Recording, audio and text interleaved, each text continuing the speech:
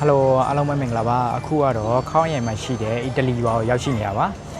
ဒီနေ့သွားခဲ့တဲ့ထဲမှာတော့ကျွန်တော်ဒီနေရာလေးကိုအကြိုက်ဆုံးဖြစ်ပါတယ်ဘာလို့ကြိုက်တာလဲဆိုရင်တော့ဒီမှာရှိတဲ့အဆောက်အုံတွေအကုန်လုံးကအီတလီ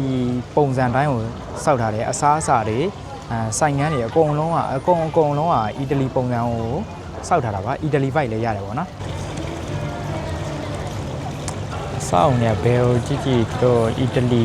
ပုံစံအဆောက်အဦတွေအကုန်လုပ်ပေးထားတာပါ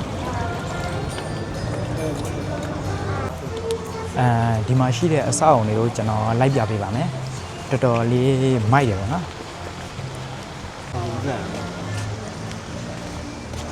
ဒီမှာလည်းလာလေတဲ့လူတွေတော်တော်လေးများပါတယ်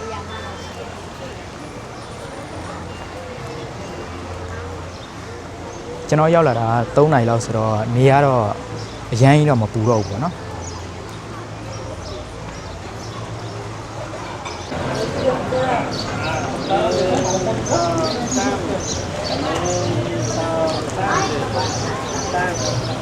ဒီကိုလာလေတဲ့ထဲမှာနိုင်ငံသားတွေတော်တော်လေးများတယ်မြန်မာတွေကတော့များတယ်နိုင်ငံသားတွေလောက်တော့မများဘူးပေါ့နော်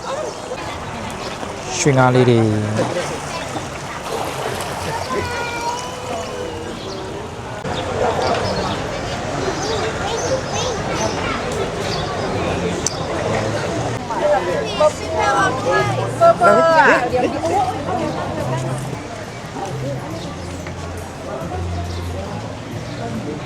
အခုကတော့ကျွန်တော်တို့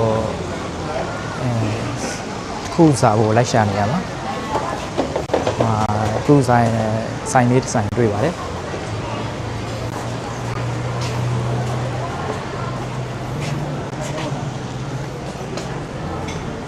ကြိုက်မှာစိုးကြိုက်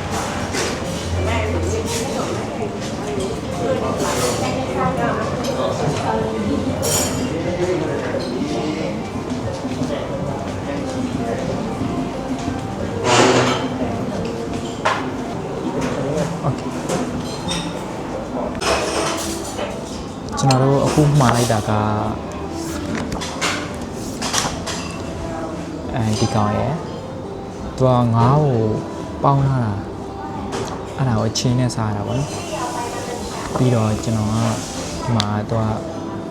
ထမင်းရယ်ကြုတ်ကြော်ရယ်အသားရယ်ပေါ့နော်အဲ့ဒါတပွဲမှားထားတယ်ညီရပါမှာလားဘယ်မှာရှင်းပါလား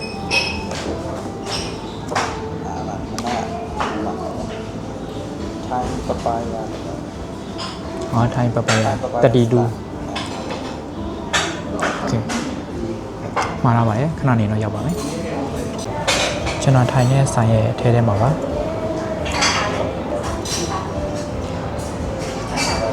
ဒီမှာကသူတို့အကုန်လုံးအစားအစာတွေရော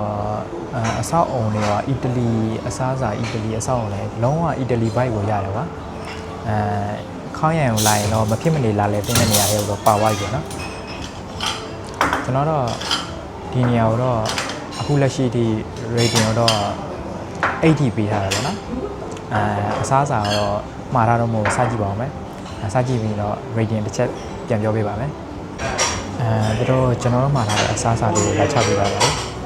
ကျွန်တော်တို့အခုမှားလိုက်တာကထိုင်းအစားအစာ2မျိုးနဲ့အီတလီအစားအစာ1မျိုးပါအဲ့ဒါတော့ငါးခဲဘက်ကင်ဒီဘက်ကတော့တင်မော်လီတောင်ပါဖတ်နဲ့ထုတ်တာကအီတလီအစားအစာပါကျွန်တော်တို့အခုအစားအစာအားလုံးပေါင်းက1080ပဲကြာပါတယ်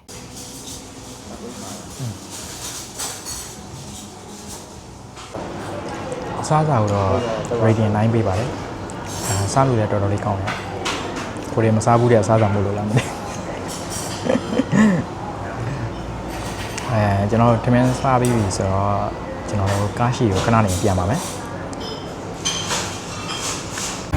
အားလုံးပဲကျွန်တော်ရဲ့ blog လေးကိုအဆုံးထိလက်ကြည့်ကြည့်ကြတဲ့တယောက်ချင်းစီတိုင်းကိုကျေးဇူးတင်ပါတယ်ကျွန်တော်ရဲ့ blog လေးကိုဒီမှာရန်ဆုံးသက်လိုက်ရအောင်အားလုံးပဲ bye bye